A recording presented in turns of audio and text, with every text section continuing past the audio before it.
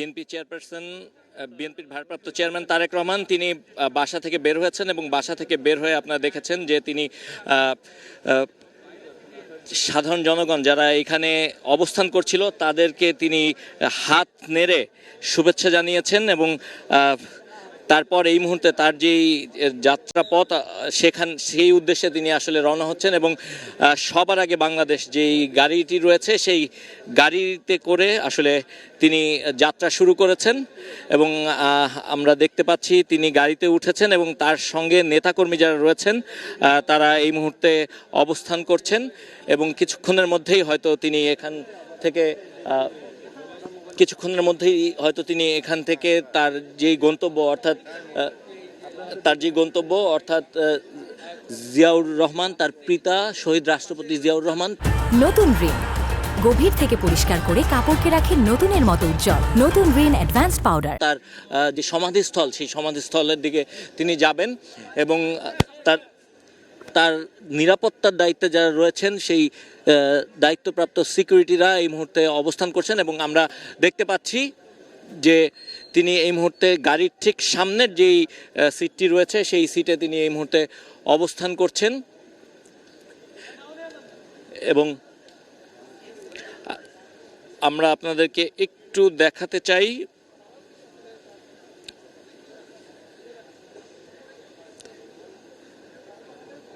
তারেক রহমান তিনি হাত নেড়ে সবাইকে আসলে শুভেচ্ছা বিনিময় করছেন এবং আপনারা জানেন যে গতকালকে তিনি যখন এখানে এসেছেন এখানে আসার পর পুরো সময় জুড়ে তিনি কিন্তু আসলে জনগণের যে ভালোবাসা পেয়েছেন লাখো লাখো মানুষের ভালোবাসা পেয়েছেন সেই ভালোবাসায় তিনি সিক্ত হয়েছেন এবং তিনিও এতদিন জন্মস্থানে এসে তিনি নিজেও আসলে আবেগ আপ্লুত হয়ে পড়েছেন এবং পরবর্তীতে আপনারা জানেন যে এই গণসংবর্ধনা অনুষ্ঠান সেখানে তিনি যান এবং সেখানে গিয়ে তিনি সবার সঙ্গে শুভেচ্ছা বিনিময় করেন এবং তারপর সেখান থেকে তিনি তার মা বিএনপি চেয়ারপারসন বেগম খালেদা জিয়া তাকে দেখতে তিনি এখানে চলে আসেন এবং আমরা দেখতে পাচ্ছি যে তাকে বহনকারী যে বাসটি রয়েছে সেই বাসটি কিন্তু এই মুহূর্তে ছেড়ে যাচ্ছে এবং এই মুহূর্তে তিনি তার পিতা শহীদ জিয়াউর রহমান তার যে সমাধিস্থল সেই সমাধিস্থলে রওনা হয়েছেন এবং পাশে তার যেই জনগণ এবং নেতাকর্মী যারা রয়েছে তারা আসলে তার পেছনে যাচ্ছেন এবং তারা সবাই তার যে পুরো গাড়ির যে বহরটি রয়েছে সেই গাড়ি বহরটি আমরা দেখতে পাচ্ছি আপনারা দেখতে পাচ্ছেন তার গাড়ি বহরটি এই মুহূর্তে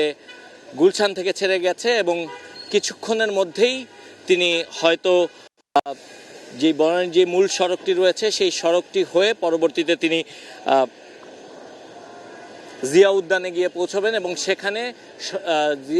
তার পিতা শহীদ রাষ্ট্রপতি জিয়াউর রহমানের যে সমাধিস্থল সেখানে শ্রদ্ধা নিবেদন করবেন এবং সেখানে যে নেতাকর্মীরা রয়েছে তাদের সঙ্গে শুভেচ্ছা বিনিময় করবেন এবং তার পরপরই তিনি মুক্তিযুদ্ধে যারা শহীদ হয়েছেন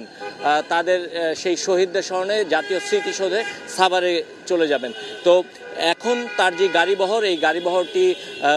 বিভিন্ন সড়ক অতিক্রম করছে এবং অতিক্রম করে পরবর্তীতে এই গাড়িবহরটি জিয়া উদ্যানে গিয়ে পৌঁছবে। আমরা আপনাদেরকে একটু জানাতে চাই আপনারা জানেন যে 2008 সালে বিএনপির ভারপ্রাপ্ত চেয়ারম্যান তারেক তিনি 1/11 সময় তিনি এই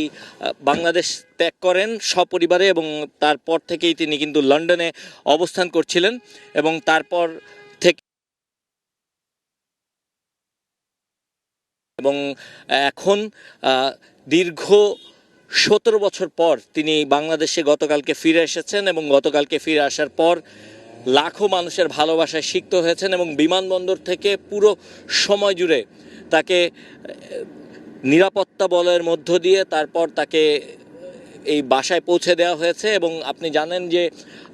চলছিল সে সময় কিন্তু তিনি একটি শঙ্কা প্রকাশ করেছিলেন এবং তিনি বলেছিলেন যে তার যে দেশে আসা, সেই দেশে আসা আসলে তার একক নিয়ন্ত্রণাধীন নয়। এর পরপরই সরকারের পক্ষ থেকে আশ্বস্ত করা হয় যে সরকার তার সর্বোচ্চ যে নিরাপত্তা ব্যবস্থা, সেই নিরাপত্তা ব্যবস্থা নিশ্চিত করবে এবং তার পরপরই কিন্তু আসলে তিনি বাংলাদেশে আসেন এবং বাংলাদেশে এসে বাংলাদেশের যে জন্মভূমি, সেই জন্মভূমিতে এসে তিনি খালি পায়ে কিছু সময় অতিবাহিত করেন, কারণ দেশের মাটিকে আসলে তিনি অনুভব করার চেষ্টা করেন এবং তারপর দেশের মাটি কিছুটা হাতে নিয়ে তারপর নেতাকর্মীদের হাতে তিনি দেন এবং তারপর সেখান থেকে যেই গণসংবর্ধনা তাকে দেয়া হয়েছে, সেই গণসংবর্ধনায় তিনি যান এবং সেই গণসংবর্ধনা থেকে পরবর্তীতে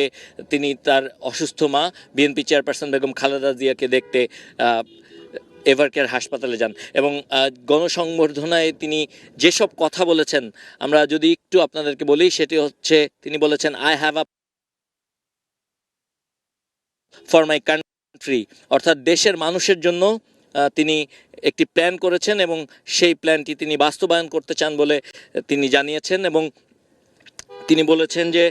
সময় এসেছে সবাই মিলে আসলে দেশ গড়ার এবং সবাইকে নিয়েই তিনি আসলে এই প্ল্যান বাস্তবায়ন করার আহ্বান জানিয়েছেন এবং এজন্য সবাইকে সাহায্য করার জন্য তিনি আহ্বান জানিয়েছেন। তিনি বলেছেন মহানবী সাল্লাল্লাহু আলাইহি ওয়াসাল্লামের যে ন্যায়পরায়ণতা, তার ভিত্তিতে তিনি দেশ পরিচালনা করবেন এবং মানুষ যেন নিরাপদে থাকে এবং সেটাই তাদের চাওয়া। আপনারা দেখতে পাচ্ছেন যে যারা বিএনপির নেতাকর্মীরা রয়েছেন তারা এক নজর বিএনপির ভারপ্রাপ্ত চেয়ারম্যান তারেক রহমানকে দেখার জন্য রাস্তার দুধারে অবস্থান করছেন এবং তারা তাদের ভালোবাসার অংশ হিসেবে বিভিন্ন ধরনের প্ল্যাকার্ড নিয়ে এখানে অবস্থান করছেন এবং স্লোগানে তারা মুখরিত করে রেখেছেন এবং আমরা দেখতে পাচ্ছি যে রাস্তার দুই পাশে আসলে অসংখ্য নেতাকর্মীদের ভিড় ছিল এবং পুরো রাস্তা জুড়ে তিনি যেই সড়কগুলো ব্যবহার করে আসলে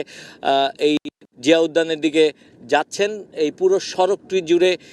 বিপুল সংখ্যক পুলিশ সদস্য মোতায়েন করা হয়েছে এবং রাস্তার দুই পাশেই এই সংখ্যক পুলিশ মোতায়েন করা হয়েছে।